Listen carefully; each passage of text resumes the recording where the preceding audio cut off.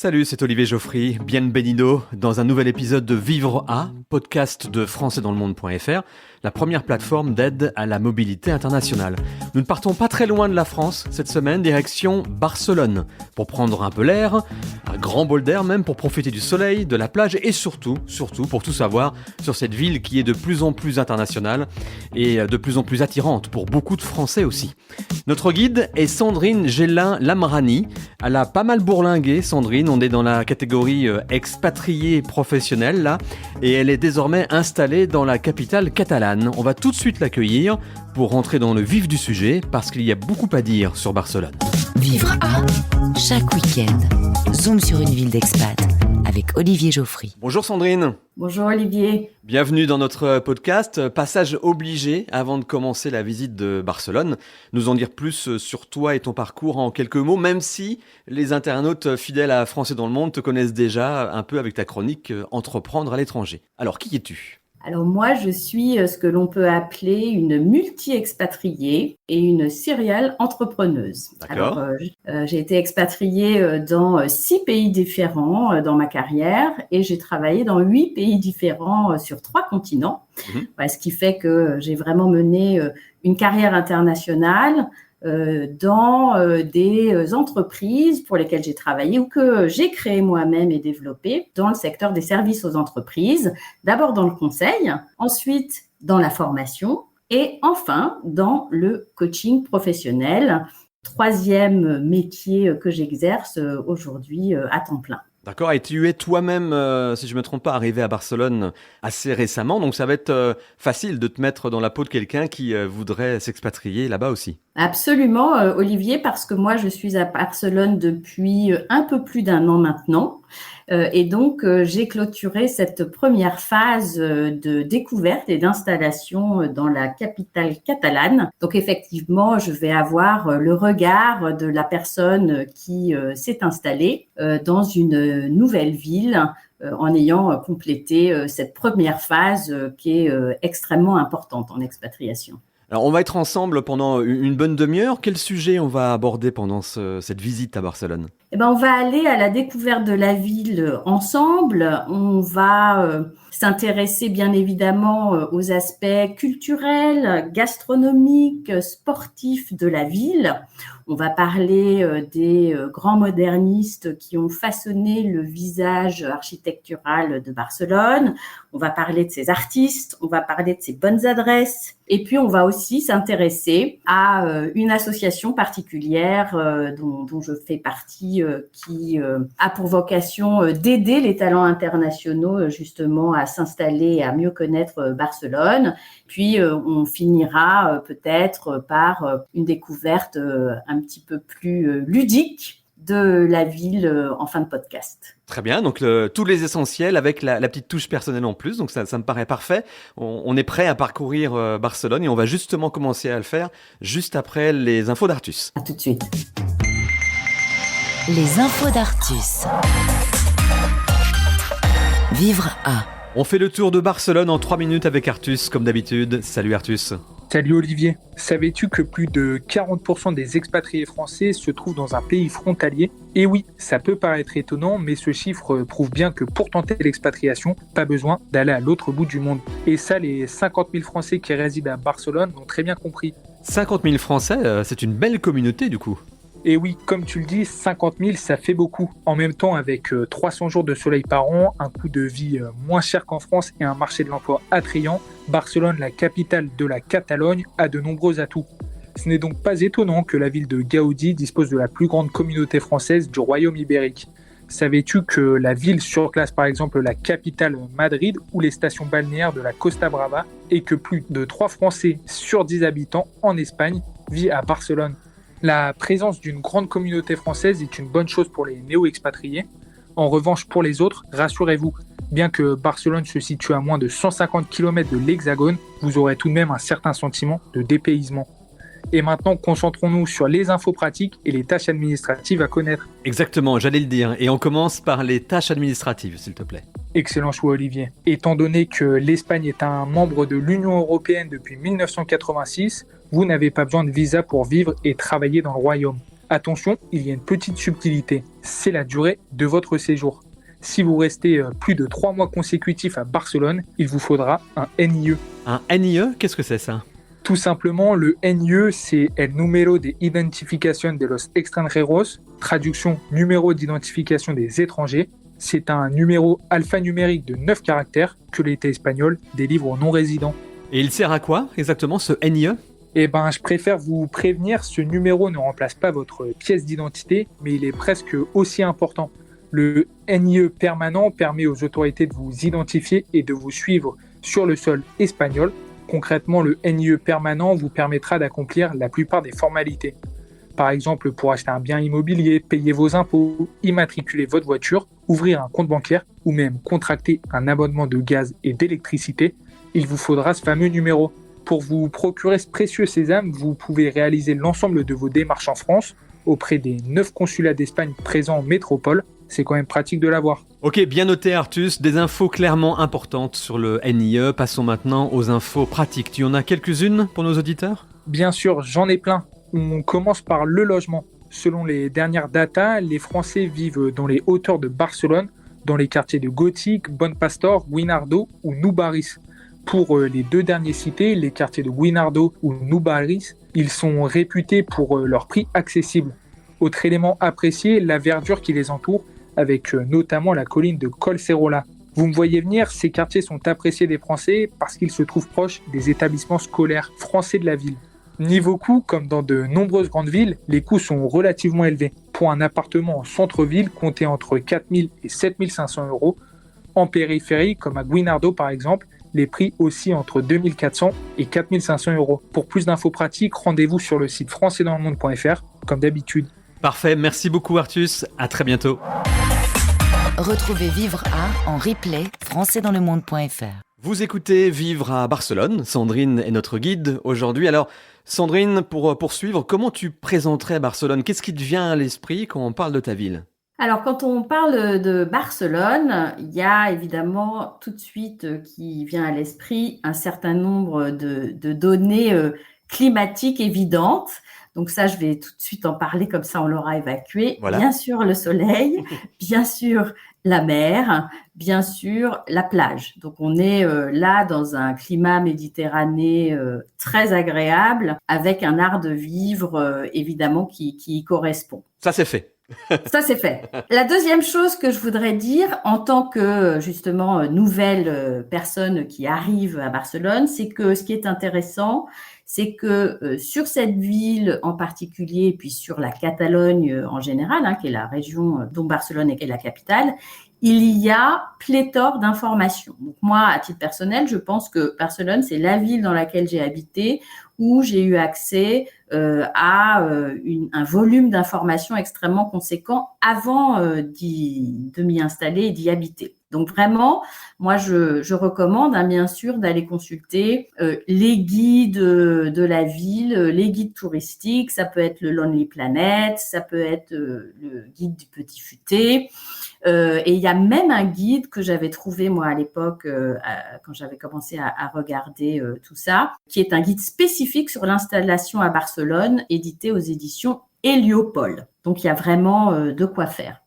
La deuxième chose qui me vient à l'esprit, c'est après, une fois qu'on est sur place, c'est d'aller à la rencontre de cette ville, notamment en la parcourant et puis notamment en faisant un certain nombre de visites. Et là, je vous recommande d'aller voir une société qui s'appelle Barcelona Autrement, qui est dirigée par Florence Siguré et qui, justement, comme son nom l'indique, organise régulièrement des visites de la ville sous des angles tout à fait intéressants, notamment pour les francophones.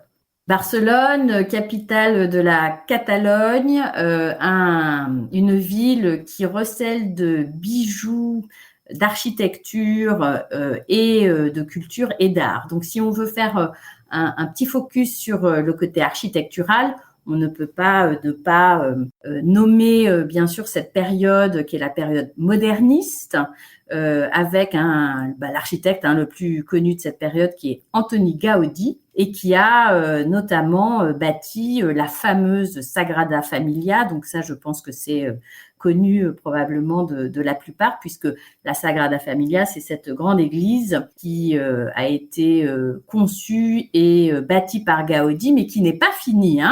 Toujours pas. Non, toujours pas.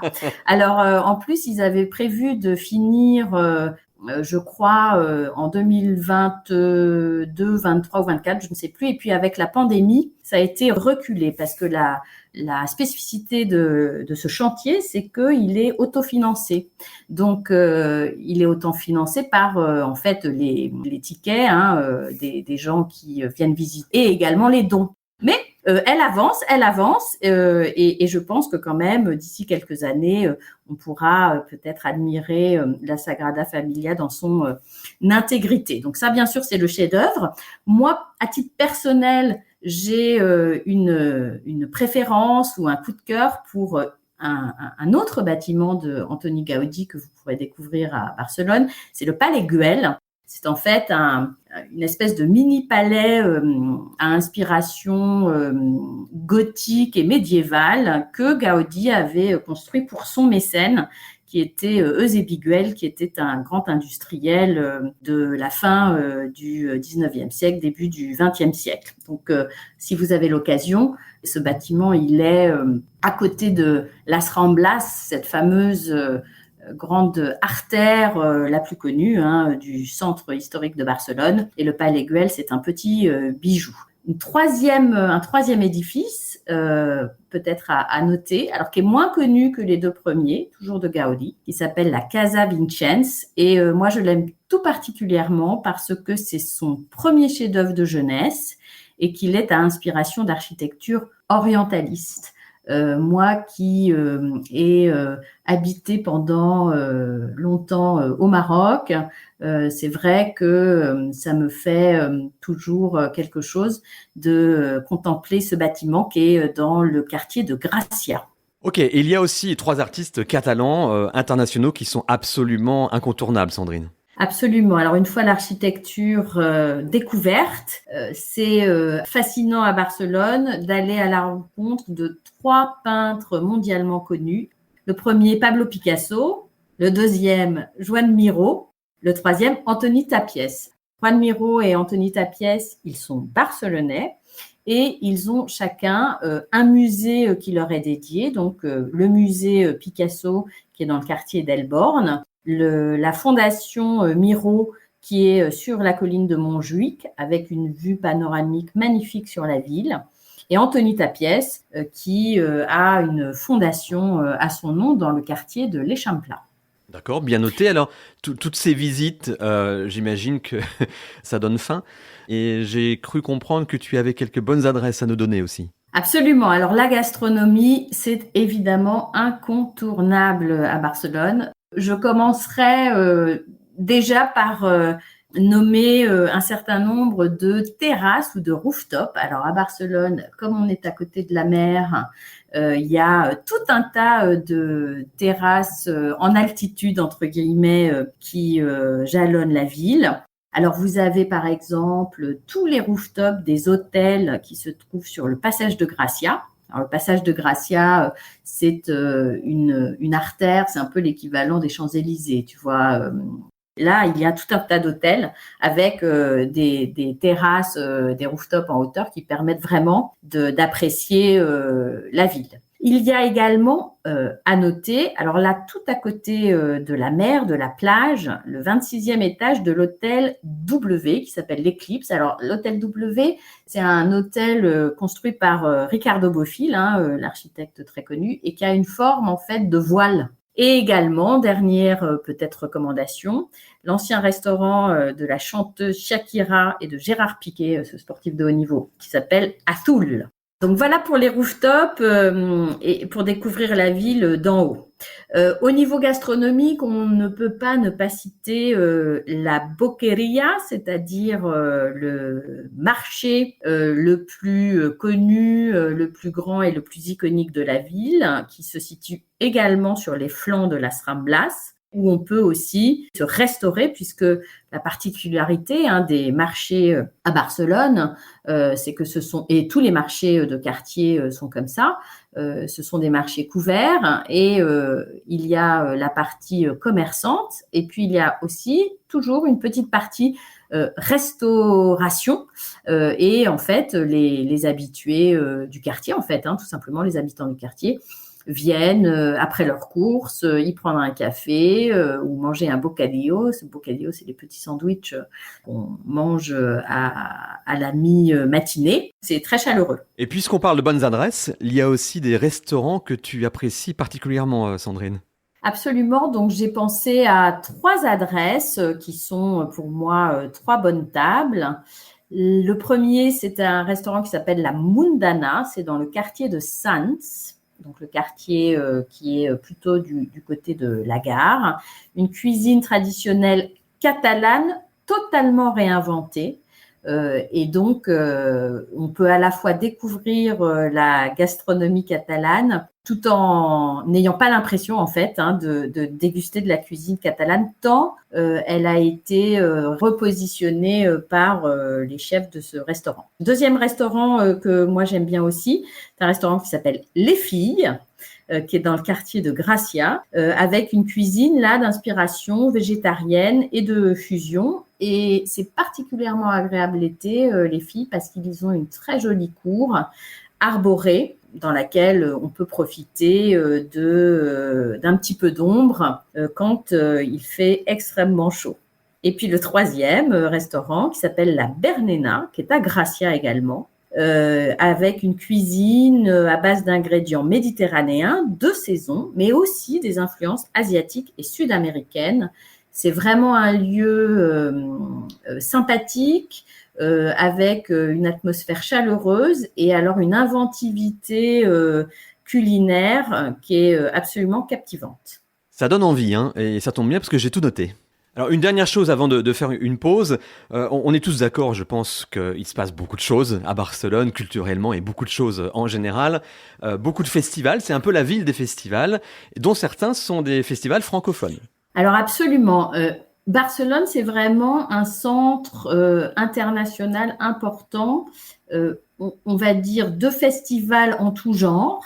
Et également, c'est une destination très importante en termes de salons professionnels. Et donc, si on veut parler des festivals, il y a effectivement 2 festivals francophones importants dans la ville. Le festival Oui, qui est un festival de théâtre, avec une programmation de pièces de théâtre sur plusieurs jours. Je crois que c'est même quasiment plus d'une semaine.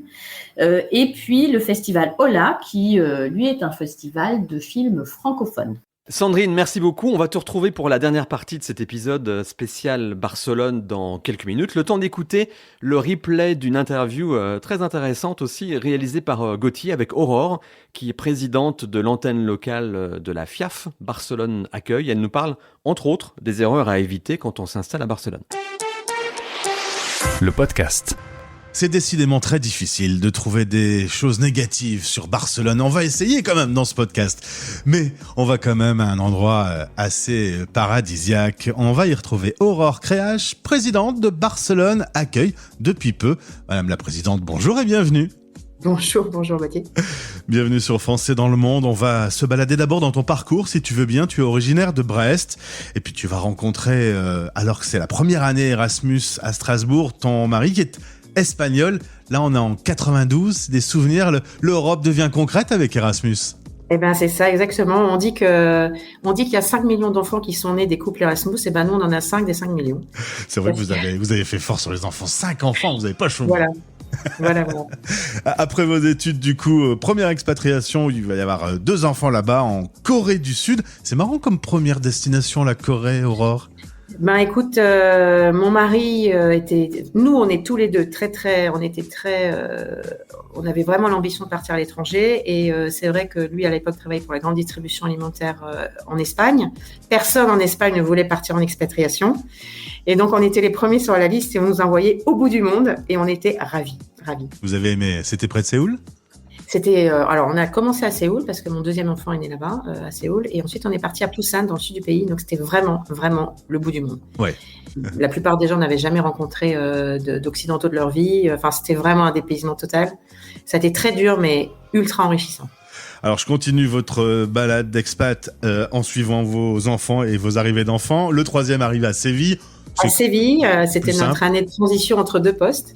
Et ensuite, vous partez à Moscou. Là, il y aura le 4e et le 5e. 20 ans à Moscou. Tu es d'ailleurs présidente de Moscou Accueil. C'est une période où les relations se sont réchauffées entre la France et oui, la Russie. c'était le paradis, en fait. C'était vraiment une époque absolument incroyable à Moscou. Donc, on est arrivé en 2002. C'était tout début des années Poutine. Là, c'était un peu plus compliqué.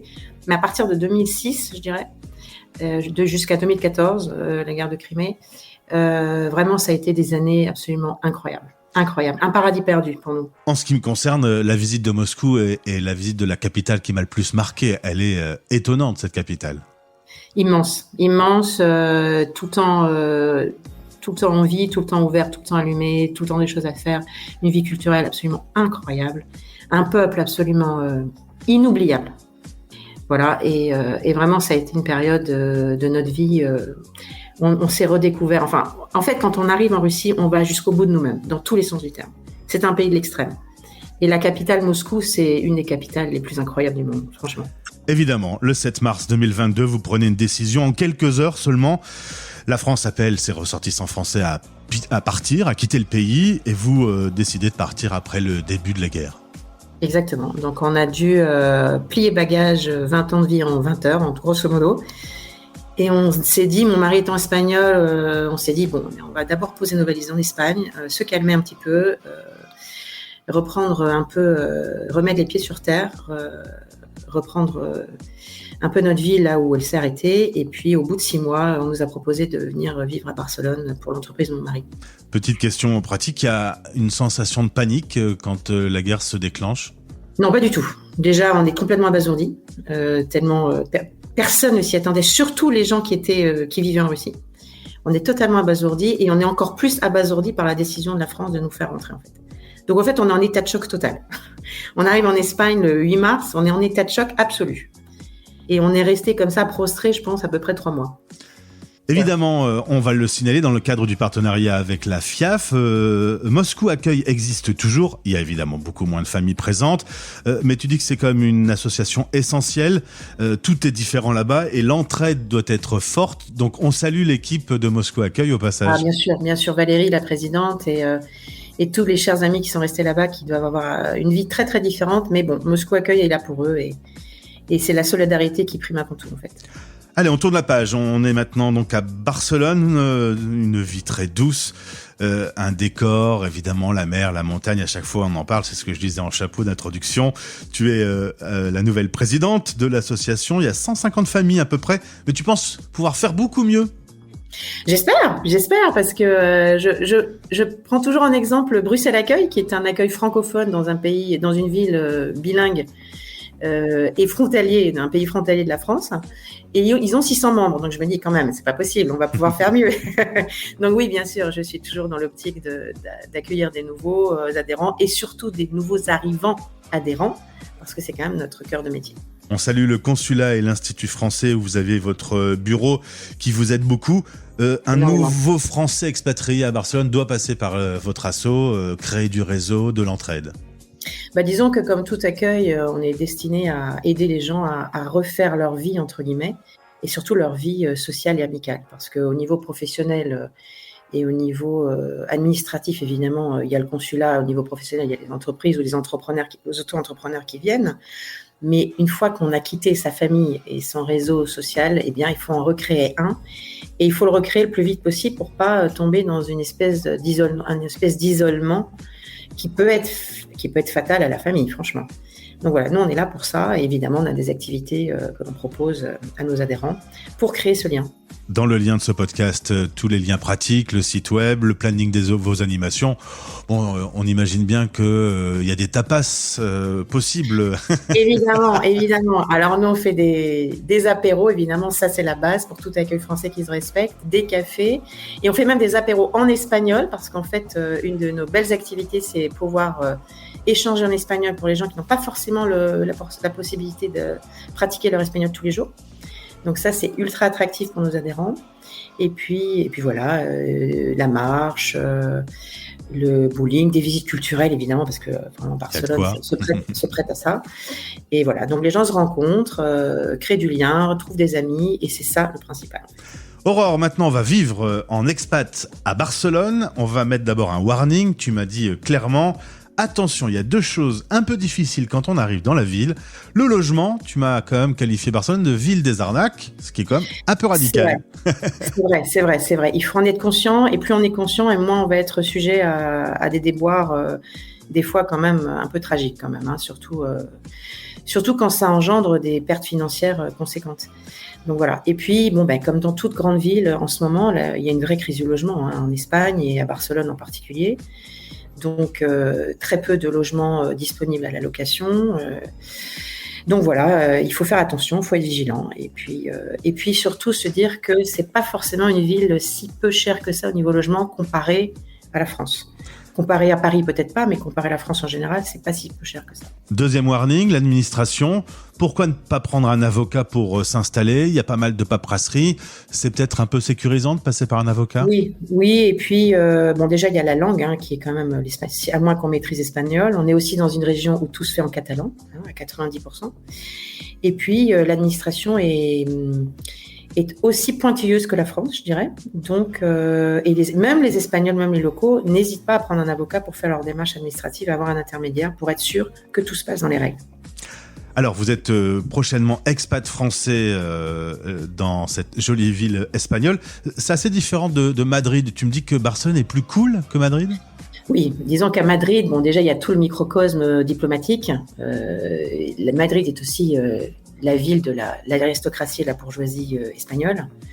Disons qu'à Madrid, tout est beaucoup plus guindé, je dirais, sans vouloir... Plus parisien.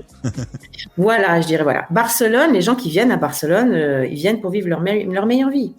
Ils viennent, surtout les Français, beaucoup de Parisiens qui ont décidé de tourner la page et d'aller voir ailleurs ce qui se passait pour vivre une vie beaucoup plus conforme à leur désir de bienveillance, de douceur, etc. Qui évidemment, Paris n'est pas, je pense, n'est pas synonyme ni de bienveillance ni de douceur. Bonjour les Parisiens. C'est peut-être la ville de l'amour dans les séries télévisées, mais peut-être dans la vie de tous les jours, c'est moins pareil. Donc, disons que les Français viennent ici chercher leur paradis. Ça, c'est vrai. Et ils le trouvent. Franchement, ils le trouvent. Alors, il y a évidemment des endroits où on retrouve plus de Français. Souvent, c'est autour du lycée, ce qui est le cas pour le quartier français de Barcelone. Comme toute grande ville qui se respecte, qui a un lycée français, évidemment, la population française se regroupe autour du lycée. Il y a aussi d'autres pôles. Hein. Par exemple, il y a une école française un petit peu au sud de Barcelone, au bord de la plage. Donc là aussi, il y a des Français qui sont plutôt à 25 km de Barcelone. Mais voilà, grosso modo, oui, évidemment, se loger autour du lycée français qui se trouve dans le quartier le plus huppé de la ville, des fois, c'est un petit peu compliqué, mais bon, voilà.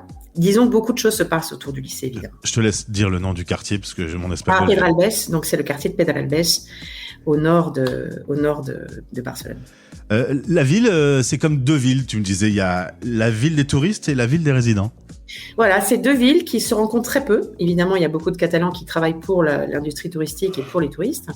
Mais en fait, il y a comme 2 villes. Au sud-est, c'est la ville du tourisme, c'est la Sagrada Familia, c'est le Barrio Gótico, c'est là où tout le monde... la Rambla, la fameuse Rambla, où il y a des centaines de milliers de personnes qui se baladent tous les jours. Et puis les Catalans, eux, ils vivent au nord-ouest.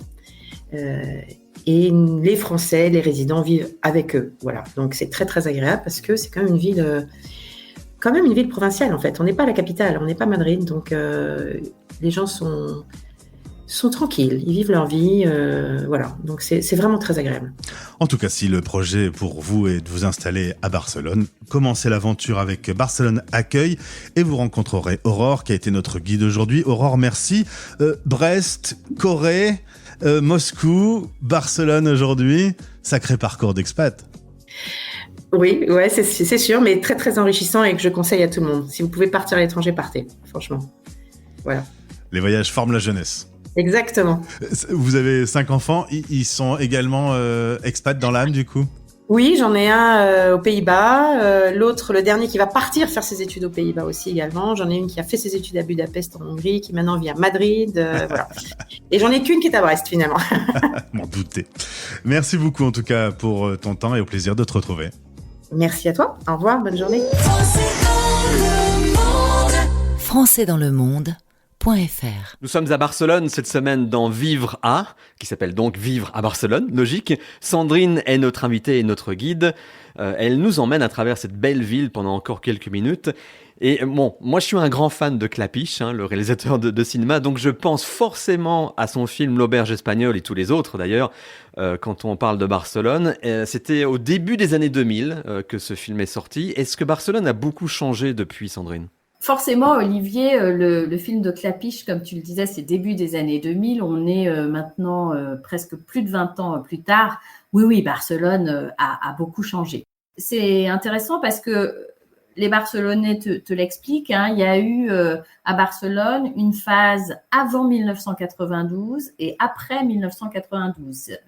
1992 étant les Jeux Olympiques qui ont été organisés à Barcelone à l'époque. Et ça a été vraiment le point de départ d'un renouveau de la ville très important et justement de perspective de développement dans une logique de durabilité tout à fait nouvelle.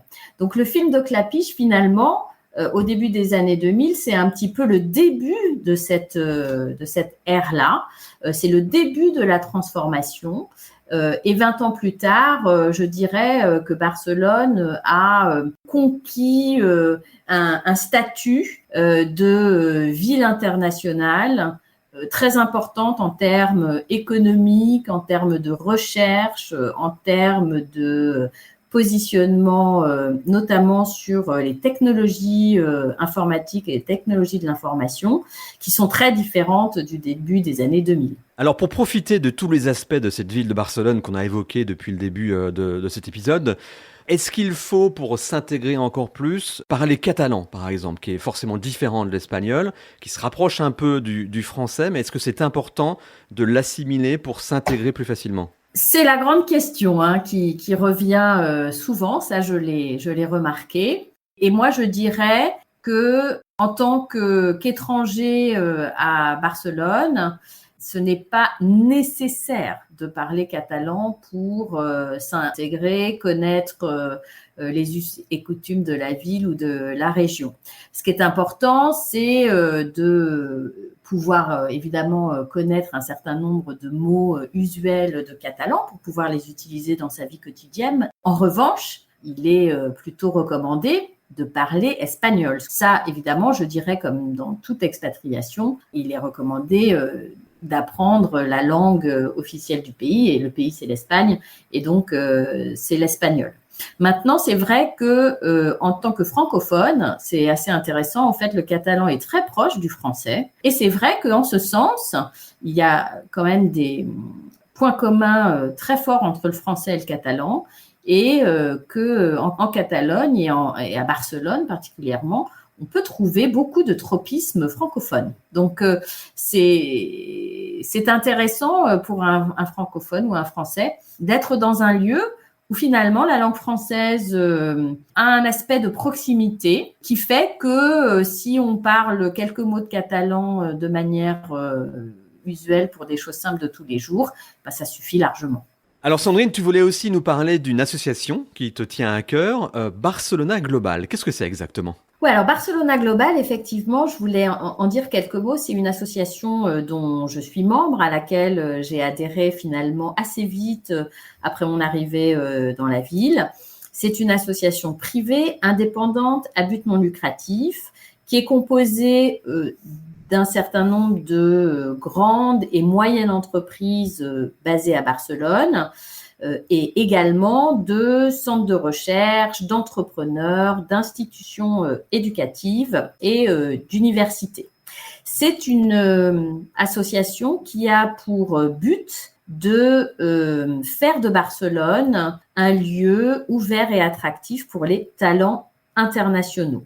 quel qu'il soit. Et donc, dans l'association, il y a à peu près 15% de membres internationaux et le reste, ce sont des Barcelonais qui ont à cœur, en fait, de faire rayonner la ville à l'international, je dirais un peu autrement. Tu as un exemple d'action en tête? Ils organisent des salons, des séminaires, des choses comme ça ou autre chose? Alors, ils ont d'abord une grande activité de travail avec les autorités locales parce qu'en fait, ils œuvrent à l'évolution de la législation locale pour pouvoir être plus compétitif et performant pour, par exemple, attirer des investisseurs étrangers et des talents internationaux pour créer des startups.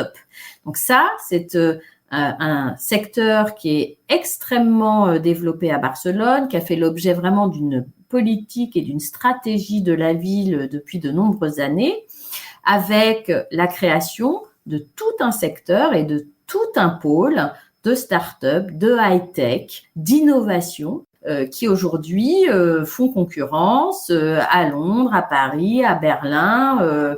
Voilà, un exemple de travail de l'association.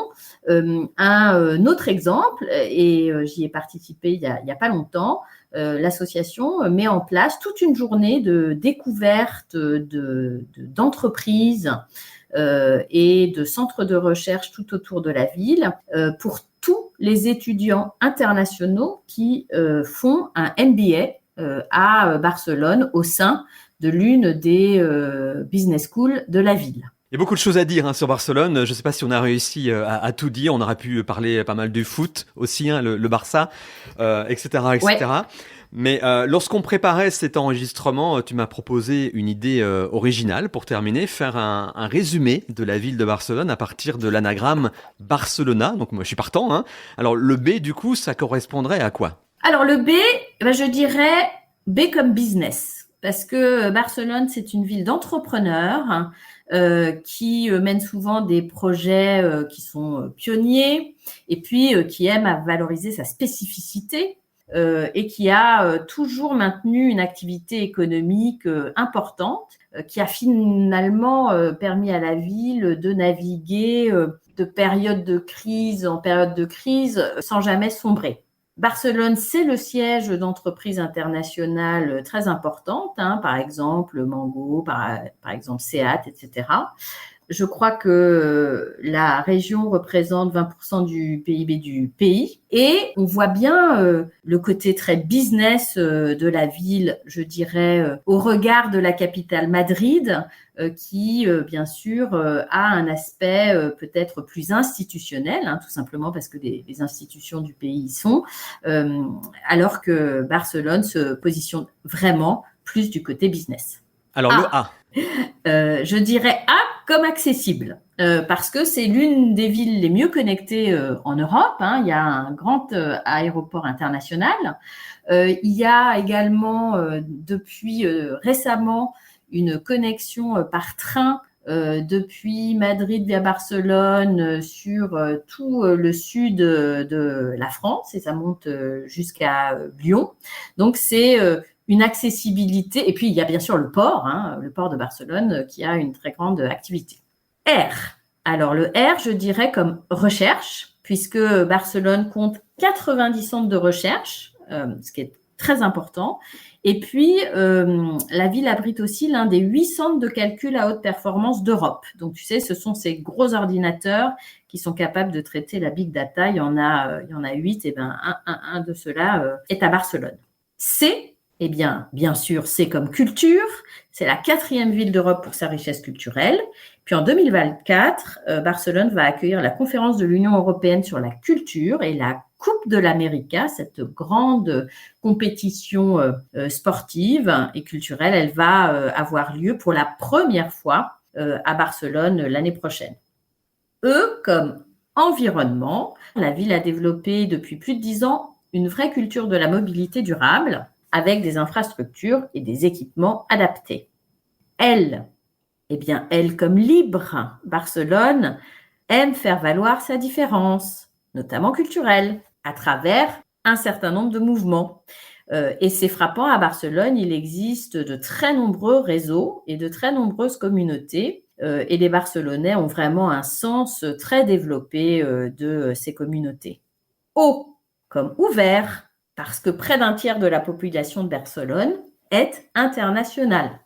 Il y a plus de 170 nationalités qui sont représentées dans la ville et c'est la 6e ville la plus attractive d'Europe pour les talents internationaux. N comme nouvelle économie, c'est la 3e ville européenne en termes de création de start-up, j'en ai parlé tout à l'heure, et de modèles de ville intelligente. Enfin, un A comme ambition.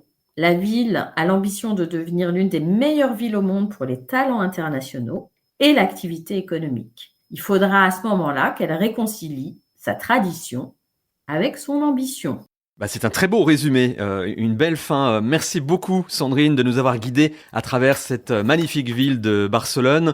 Une ville à forte personnalité, comme on les aime. Et comme je disais en début d'émission, tu as pas mal bourlingué en tant qu'expat. Et en conclusion, tu penses rester plus longtemps que la moyenne à Barcelone par rapport à tes expériences passées ou pas ?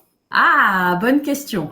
Écoute, je ne sais pas encore pour moi-même, mais ce qui est sûr, c'est que j'ai rencontré depuis que je suis ici un certain nombre d'expatriés qui pensaient venir à Barcelone pour 1, 2, 3 ans.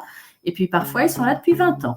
Merci beaucoup pour tous tes conseils Sandrine et très belle semaine à Barcelone. Merci à toi. À bientôt. Bye bye. Vivre à Barcelone se termine, c'est une ville différente, Barcelone. Je pense que si vous ne le saviez pas encore, vous l'avez compris en écoutant cet épisode. Et pour paraphraser le langage des agents immobiliers, juste parce que j'ai envie, là on est sur de l'authentique, on est sur de la modernité, sur un espace unique, très lumineux, très ouvert. Je pourrais continuer comme ça pendant longtemps. Barcelone est une belle destination pour s'expatrier, une opportunité assez unique, une des rares villes européennes à être aussi dynamique, internationale, francophone, culturelle, business-oriented et où en plus il fait bon vivre. Pour être honnête, je suis pas sûr qu'il y en ait beaucoup des villes comme ça en Europe.